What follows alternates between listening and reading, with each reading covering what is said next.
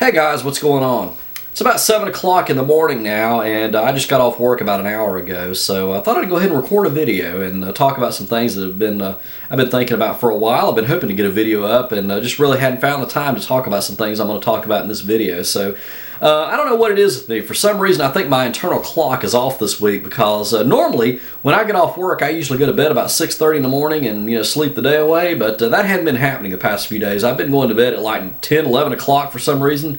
Maybe even sometimes as late as 1 o'clock in the afternoon. So anyway, that's what I'm doing. So I thought, well, while I'm up, why not go ahead and record a video? First things first, I want to address something I've gotten in my email from a bunch of guys asking me about my TV that's right here in the background, okay? I've had a few of you guys say it's time to upgrade to a digital TV. Well, I understand that, okay? But I want to tell you a little bit about the history of this TV that I've got here in the Oval Office. This television is actually about 25 years old. Yeah, we got it in 1985 when I was about 10 years old. So it's been with me for quite a long time.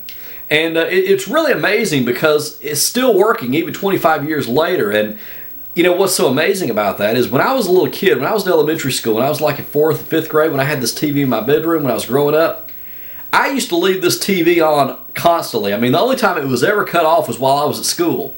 I wouldn't even sleep with it on at night. So it would be on from the time I got off the bus in the afternoon, say 3 o'clock, all the way up until like 7 or 8 o'clock the next morning, every day. And then on the weekends, it stayed on constantly. So, it's definitely been running its course, and it's still working. I mean, it's still got a great picture on it and everything else. So, even 25 years later.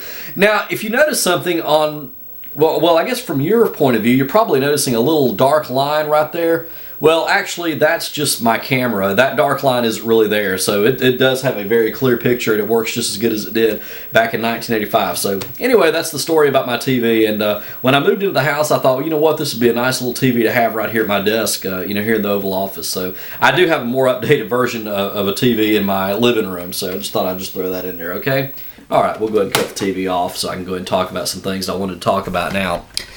Okay, well, what I want to talk to you about is Mobile Beat Las Vegas. As you know, it's coming up in less than 2 weeks now. It's hard to believe that it's almost that time of year again, and getting ready to head out to Las Vegas, and it's going to be a great time. I know we're all going to have fun for those of us that are going to be able to make it out there.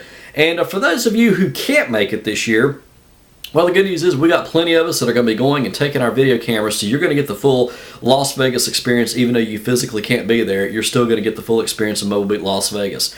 And while I'm on that subject, if you guys have anything that you want me to video, like in the exhibition hall or anything you want me to do that, please leave me a comment right down here and let me know, and I'll make sure that I do that. If there's a specific vendor you want me to go and take a look at, any lights or anything like that, just let me know what you'd like me to shoot, and I'll be glad to do that, okay?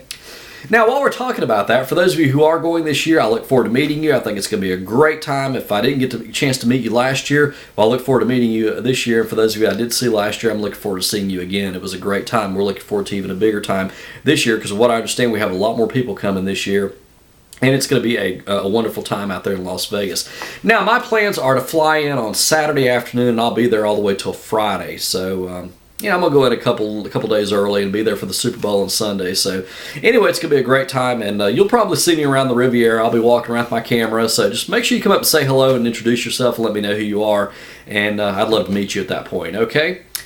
All right, now let's talk about Mobile Beat Las Vegas for next year. Okay, I know we haven't even gotten to this year's show, but let's talk about that, especially if you're not going to be able to make it this year, okay? Here's what you need to do. Go ahead and plan to join us next year. And maybe start putting away a little bit of money from each one of your gigs that you have. Maybe if it's only as little as 20 or 30 bucks, something like that. Whatever you can do, put that in a separate fund and save that money and use that to travel with and to be able to come out and visit us in Las Vegas next year. Now, this is the way I do it, okay? I actually bought my plane ticket back in August. I didn't wait, to the last minute to start paying for things. I started planning my trip to Las Vegas. Actually, last year during Mobile Beat Las Vegas, I already had my mind made up I was going to go back. But I actually bought my plane ticket in August. You can really get some good deals if you book like 6 months in advance. It really does help out. So that's what I would suggest doing. And like I said, maybe start putting a little bit of money away right now. Start planning for it right now. And maybe if it's just as little as 20 or 30 bucks, you know what? It'll add up very quickly. And you can use that money to go to Mobile Beat Las Vegas for next year.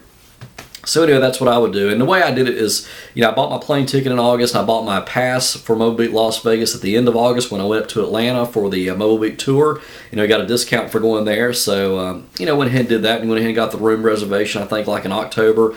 And so you just kind of build little steps like that. Just get little things at one time, instead of looking at the whole picture like thinking, oh my gosh, it's going to cost me $1,000 to go there. Just try and pay little things off at once, like get your plane ticket first, then your pass, or, whatever you want to do, however you can do that. So that's my little advice on that. I do realize that the economy is still in shambles, and, it is still hard for a lot of folks to be able to make it this year. But go ahead and try and plan on making it next year, okay? All right. Well, that's it for now, I think. I'm going to go ahead and try and get some rest. I do have a video coming, though, and I want to talk about the bottom feeders. And then a response to Brian's video that he's had. I mean, I've got a lot of things I want to say about that, but I don't think I'm going to have time to do it on this video. So anyway, I've got some things I want to say about that to you younger DJs.